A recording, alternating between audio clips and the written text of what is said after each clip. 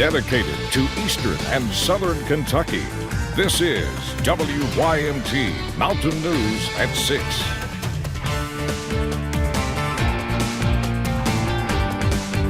Good evening again. We want to begin tonight with a breakdown of today's COVID-19 numbers. There are 333 new cases today for a total of 18,245. 4 more Kentuckians have died for a total of 612. We have also just learned of a new death in Clay County that was not announced by the governor earlier today.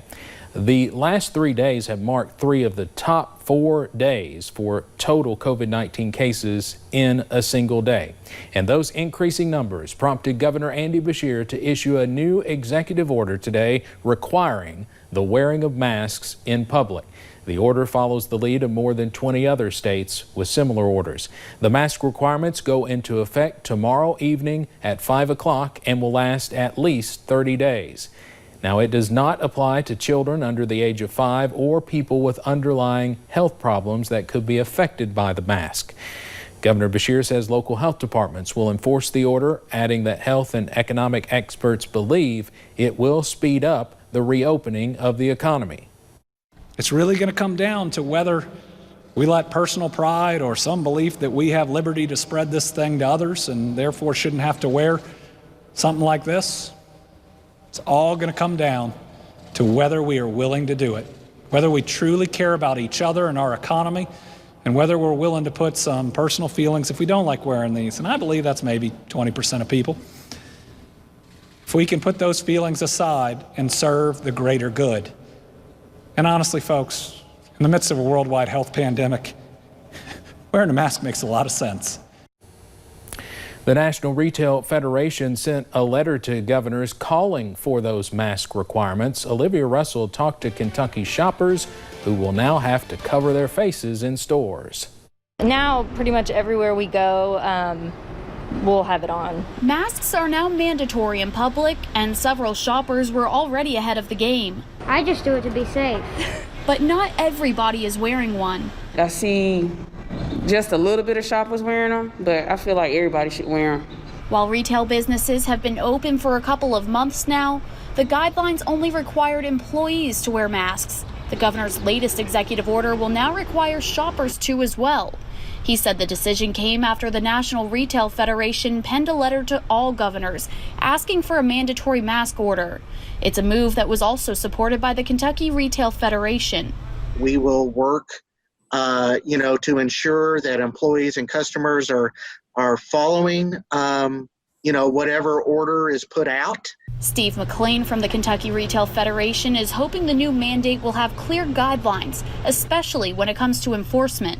The employees in the store are only following the rules that they have to follow to stay open. So, don't take it out on them. So far, Kentuckians seem to understand the need. I need to be protected, but I need to also protect everybody else. So. In Lexington, Olivia Russell, WKYT. Right now, retail businesses can only operate at 50% capacity. The governor has not released a date for when more people will be allowed inside stores. A step in the wrong direction. That's what the director of the Letcher County Recreation Center says happened at the beginning of July. WYMT's Will Puckett explains. At the end of June, Letcher County Recreation Center Director Jeremiah Johnston was optimistic. The hopes got high, and then we just ripped the rug out from underneath them, within a few days. The proverbial rug Johnston is talking about is the rollback of restrictions allowing the rec center to open up their basketball courts. Everything's just come to a halt, We can't walk around anymore without being scared. We can't have the interactions, the social interactions that we're used to. When Johnston looked at new guidance at the turn of the month, the rules that opened the building to 50% and the basketball courts too were now changed. We went to having everybody here to where we're back down to zero. Nobody's here. So one, it hurts the people that want to play basketball, and two, it hurts the revenue, to keep the rec center open. That first day back, these courts were full of kids who had nowhere to turn the past few months. Every one of them was out of shape. they'd run up and down the courts once or twice, and then they'd be out of breath, complaining, so. But now that noise and scene is gone, hoping that the restrictions lifted for just a few short days are lifted again and soon. In Letcher County, Will Puckett, WYMT Mountain News. The rec center restricts exercise classes to 10 people and are operating at only 33% capacity. The heat and humidity returned again today, and it feels miserable outside. If you walk outside feeling a lot warmer than it actually is, and you can see that here on that Jackson camera. 90 degrees right now, but feeling like 98 because a dew point of 73. Guys, that's so sticky outside. So feeling almost 8 degrees warmer than it actually is. Plenty of sunshine over there, so that's at least some good news. You see that cool spot of Harlan. That's because they're dealing with a little bit of a pop-up shower thunderstorm, cooling them off in the lower 70s. A lot of us, though, upper 80s to lower 90s. A nice 92 in Prestonsburg and even over there into parts of Irvin. Looking at satellite or pinpoint Doppler, you're seeing a few of those scattered showers and thunderstorms now moving out of Harlan into parts of Leslie and a little bit into Clay County. They were dealing with a few showers earlier, but now it looks like most of them in Leslie County now. So getting a nice shower to cool them off, and Harlan dealing with just a few rain chances over there and cooling them off as well. Now heading into the next couple of days, we're going to get a little bit on that cooler side, but first we have to get through tomorrow, which is going to bring some more scattered showers and thunderstorms as a cold front moves in. Saturday and Sunday still looking warm, but slightly cooler with some sunshine, and we can see a few more storms both days for your Saturday and for your Sunday. I'll have a look at your Friday and weekend forecast coming up in a little bit. All right, Paige, thank you. Well, it is nice and hot out there, prompting more people to go outside. But since the COVID-19 pandemic and the reopening of the Red River Gorge, a record number of people are doing more exploring, which in turn means more rescues. WYMT's Lacey Roberts talked to Wolfe County Search and Rescue about the challenges they find themselves facing.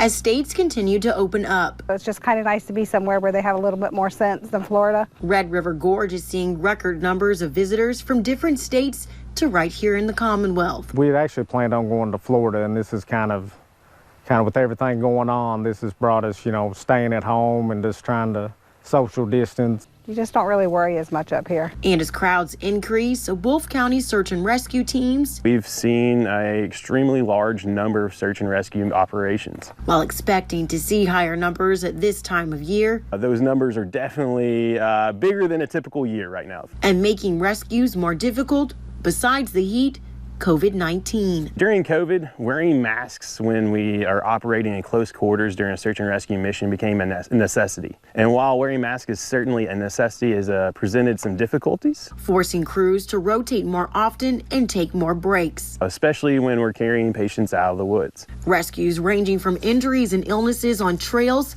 to people just getting lost. And having that many operations with an all-volunteer team definitely spreads us a little bit thin. Yet nonetheless, they are prepared and ready. In Wolfe County, Lacey Roberts, WYMT Mountain News. Rescue teams also say when planning to explore outside, begin to hydrate yourself a few days before you head out and to always take a map with you. After canceling and postponing many events, the Appalachian Wireless Arena in Pikeville had some good news today. The arena announced Rodney Carrington will perform November 7th. Of course, the arena has been in contact with local health officials for guidelines and procedures to follow. Senior Director of Sales and Marketing Josh Kessler said the facility will be sanitized before the event. Well, yesterday afternoon, the Garrett Volunteer Fire Department in Floyd County responded to a call about a house fire in Boland Branch. When they arrived, the house was engulfed in flames, but what they found gave them chills. WYMT's Emily Bennett has the details. As you can see behind me, this home in Boland Branch is destroyed, but firefighters found something in the home that was not completely burned, a Bible. The firefighters from Garrett Volunteer Fire Department were checking for hot spots in the house when they found a Bible on a shelf in the part of the house where the fire had left the most damage. Everything else on the shelf was not even recognizable. The Bible fell from the shelf into the front yard, open to a picture of the Lord's Supper. Assistant Chief Grady Allen says this happens more than people think, giving a glimmer of hope in a negative time. this one was probably the most burnt of any Bible I've ever seen. For the most part, out of the 6 or 7 that I've seen over my career, there's just been minor scorching, but this one actually had the spine burn off of it, and the book was open to the picture of the Lord's Supper. Now, no one was home during the fire. They have not been able to contact the family who lives here, but they hope to be able to return the Bible back to them. In Floyd County, Emily Bennett, WYMT Mountain News. Emily will have more on this story coming up tonight at 11.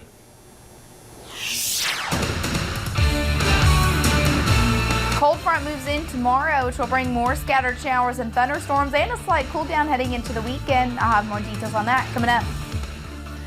And a Harlan County restaurant finally reopens its doors. How the owner says she's adapting to the new changes.